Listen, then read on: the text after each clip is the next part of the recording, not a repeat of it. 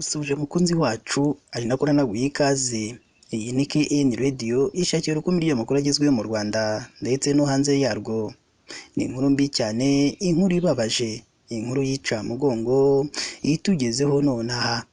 Naho mu karere ka Nyanza mu murenge wa Mukingo hagaragaye urupfu cyangwa ubwicanyi buteye ubwoba nyuma y'uko umugore yaje kwihekura cyangwa yaje kwica umugabo we amuziza ikintu kirimo kiragenda kizonga abaturage cyangwa imiryango imwe n'imwe muri uru Rwanda.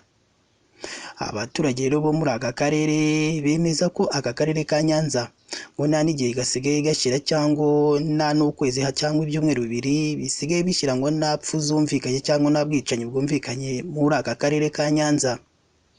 Uraza kumenya mbese ubuyobozi bwasabye iki abaturage, mbese abaturage bo basabye iki ubuyobozi.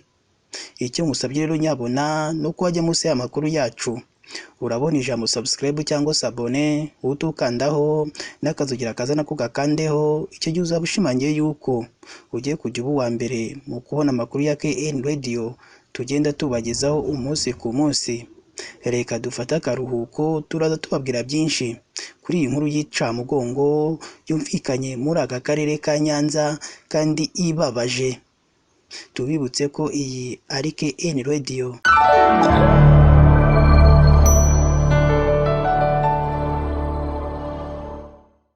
Reka nongere mbaye ikaze rero bakunzi bacu, ndagusuhuje kandi nguhaye ikaze. Iyi ni KN Radio ishakira urukumbi ry'amakuru agezweho mu Rwanda ndetse no hanze yarwo. Icyo mbere na mbere nkora mbisabira nuko mbere yo kumva amakuru yacu ubanza kujya munsi y'amakuru yacu ukabona ijambo subscribe cyangwa se abone, ukahita ukandaho n'akazugira kaza nako kagakandaho. Icyo gihe uzaba ushimangiye yuko ugiye kujya uba uwa mbere mu kubona amakuru ya KN Radio tugenda tubagezaho umunsi ku munsi. Ni mu karere ka Nyanza haravugwa urupfu rubabaje cyane, urupfu ruteye ubwoba, urupfu rukomeje kugarukwaho cyane n'abaturage batuye aka karere ndetse n'umurenge wa Mukingo. Ni nyuma y'uko umugore washakanye n'umugabo yaje kumwadukira cyangwa yaje kumuhengera ahita amwica. Iyi nkuru rero ikomeje kubabaza abatuye muri uyu murenge wa Mukingo. Ni mu karere ka Nyanza umugore akurikiranyweho kwica umugabo we bapfa amakimbiranye yo mu rugo. Ibi byabaye kuwa 30 Nyakanga 2024 bibera mu karere ka Nyanza mu murenge wa Mukingo mu kagari ka Cyerekezo mu mudugudu wa Kamabuye.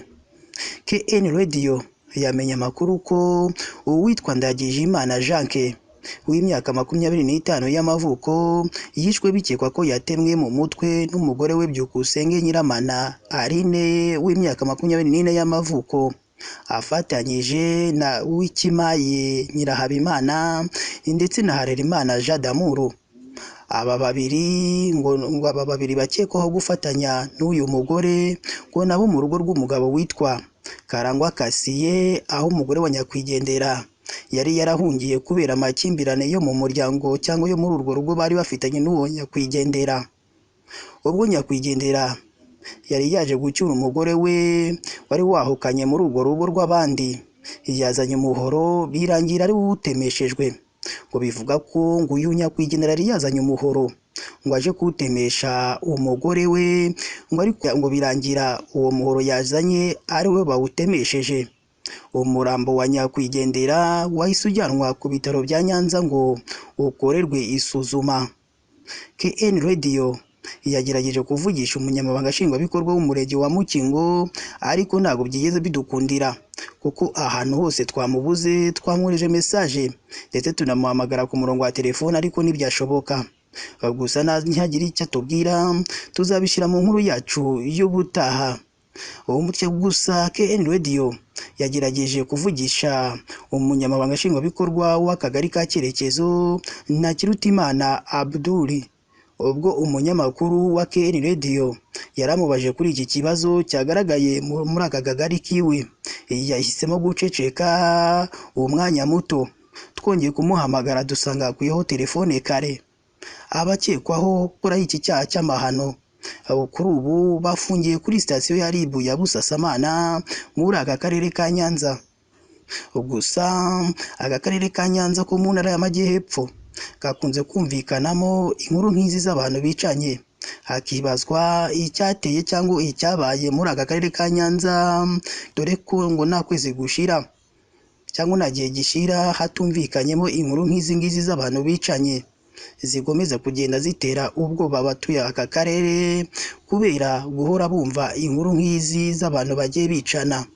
Gusa ubuyobozi buhora bugira inama abaturage kujya kugaragaza ibibazo biri mu muryango bakabafasha ubundi bugakemuka, ibibazo bafitanye bikagenda bikemuka kugira ngo basubire mu buzima busanzwe.